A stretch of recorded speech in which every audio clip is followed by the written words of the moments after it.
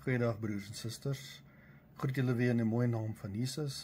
Ons gaan hierdie week aan met geestelike groei en ek gaan vir julle lees uit 1 Korintiërs 13 vers 11 en 12. Toe ek 'n kind was, het ek gepraat soos 'n kind, gedink soos 'n kind, geredeneer soos 'n kind. Maar nou dat ek 'n man is, het ek die dinge van 'n kind afgelê. Want nou sien ons deur 'n spieël in 'n raaisel, maar eendag van aangesig tot aangesig.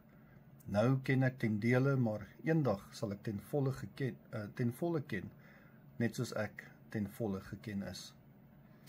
Kinderagtige dinge is gepas vir kinders en die gawes is gepas vir ons huidige tyd, maar die gawes van die Heilige Gees sal nie vir ewig gepas wees nie.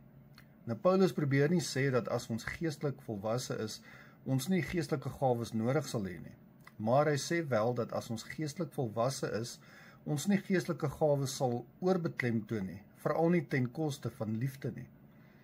Wanneer ons Jesus ten volle kan sien, nie soos 'n swak weerkaatste beeld nie, sal die behoefte aan die gawes verdwyn het. En so sal die gawes verbygaan. Die gawes van die Heilige Gees sal oorskadu word deur die onmiddellike teenwoordigheid van Jesus. Wanneer die son opkom, skakel ons die ligte af wat ons nie nodig het nie. Paulus gebruik hierdie term om volkome ongehinderde gemeenskap met God te beskryf.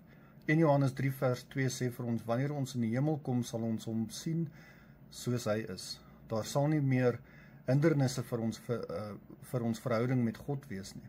In Eksodus 33:11 staan daar dat die Here van aangesig tot aangesig met Moses gepraat het, soos 'n man met sy vriend praat. In Eksodus 33 is aangesig tot aangesig 'n figuurlike uitdrukking, wat vrye en oop gemeenskap beteken. Moses het nie en kon nie die werklike aangesig van God die Vader in sy heerlikheid sien nie. Dit is die sin waarin Johannes sê niemand het God ooit aanskou nie, 1 Johannes 4 vers 12. In die geestelike sin dat Moses 'n aangesig tot aangesig verhouding met God gehad het, kan ons 'n vrye en oop verhouding met God hê, maar in die uiteindelike sin sal dit wag tot dan, wanneer ons in heerlikheid met Jesus verenig is.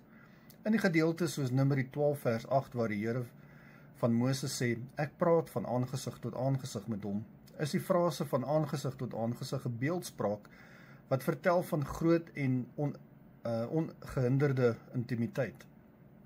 Moses sê, Moses se gesig het nie letterlik die letterlike aangesig van God aanskou nie, maar hy het wel direkte intieme gesprekke met die Here geniet.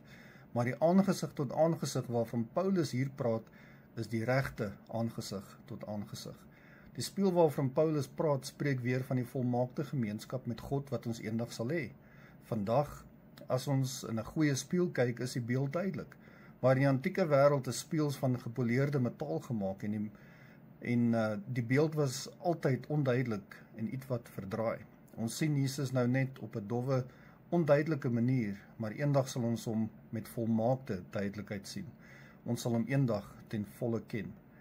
Die stad Korinthe was bekend vir die vervaardiging van die beste bronsspieëls in die ou tyd, maar op hul beste kon hulle nie 'n baie duidelike visie gee nie. Wanneer ons in die hemel kom, sal ons 'n baie duidelike visie van die Here hê. God weet alles van my, so word ek ook geken, maar in die hemel sal ek God so volmaak ken as wat ek kan. Ek sal weet, net soos ek ook bekend is. Dit beteken nie dat ek alwetend sal wees soos God is nie, maar dit beteken dat ek hom so perfek as wat ek kan, sal ken. Nou die hemel is vir ons kosbaar om baie redes. Ons verlang daarna om saam met geliefdes te wees wat voor ons oorlede is en wat ons so baie mis. Ons verlang daarna om saam met die groot manne en vroue wat van God te wees wat in die verlede voor ons verbygegaan het. Ons wil in die strate van goud loop, die parelpoorte sien, die engele rondom die troon van God sien, wat om dag en nag gaan bid. Maar nie een van hierdie dinge, kosbaar soos dit is, maak die hemel werklik hemel nie. Wat die hemel werklik hemel maak, is die ongehinderde, onbeperkte teenwoordigheid van ons Here. En ons weet, eendag sal ek hom ten volle ken. Sal die grootste ervaring van ons ewige bestaan wees. Die strate van goud sal ons min aantrekkingskrag hê. Die harpe van engele sal ons maar effens betower in vergelyking met die koning in die middel van die troon. Hy is dit wat ons blik sal vasklink, ons gedagtes sal absorbeer, ons liefde sal vasketting en al ons heilige passies tot hul hoogste hoogte van hemelse ywer sal beweeg. Ons sal Jesus sien, soos deur Spurgeon gesê. Nou weet ek gedeeltelik, die gawes van die Heilige Gees is nodig en gepas vir hierdie huidige tyd. Wanneer ons nog nie heeltemal volwasse is nie, en ons weet net gedeeltelik, daar sal 'n dag kom wanneer die gawes nie meer nodig is nie, maar daardie dag het nog nie gekom nie. Dit is duidelik dat die tyd van vervulling waarna Paulus verwys, dan van aangesig tot aangesig en eendag sal ek hom ten volle ken, praat van hom saam met Jesus in die heerlikheid van die hemel te wees. Dit is sekerlik ook die volmaakte waarvan in 1 Korintiërs 13 vers 10 gepraat word.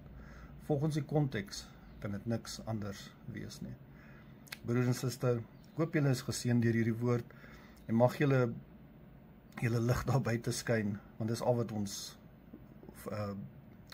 aanhou om vorentoe te beer en die naam van die Here hoog te hou, waar ons gaan en wat ons doen. Ek bid vir julle elkeen, wees sterk in die naam van Jesus. Amen.